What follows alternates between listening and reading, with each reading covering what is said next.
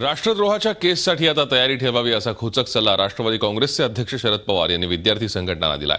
यशवंतराव चव्हाण सेंटरमध्ये आयोजित पदाधिकाऱ्यांच्या मेळाव्यात ते बोलत होते। राष्ट्रीय प्रेम फक्त भाजपवालेच करतात असं वातावरण सध्या निर्माण केलं जात आहे। सध्या अतिरेकी प्रवृत्तीच्या हातात देश आहे, त्यांच्या विरोधात संघर्षाची तयारी आपल्याला ठेवावी लागेल असंही ते म्हणाले। आगामी निवडणुकांमध्ये केरळ, तामिळनाडू, पश्चिम बंगाल या वेगवेगळ्या राज्यात होणाऱ्या निवडणुकात भाजपचा पराभव होईल असं भाकीतही त्यांनी केलंय। देशाची तुकडी करू असं कोण म्हणत असेल तर आपण तुमचा कुणाचा वादा फाशीवर नाही।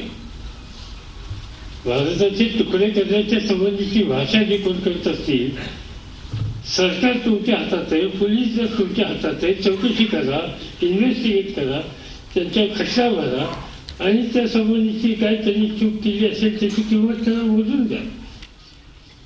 पण सवन विद्यापीठ सगळे विद्यार्थी हे राष्ट्रद्रोही आहेत आणि त्या पद्धतीची परिस्थिती त्या ठिकाणी निर्माण झाली म्हणून आम्हाला त्या ठिकाणी हे काम करावं लागलं।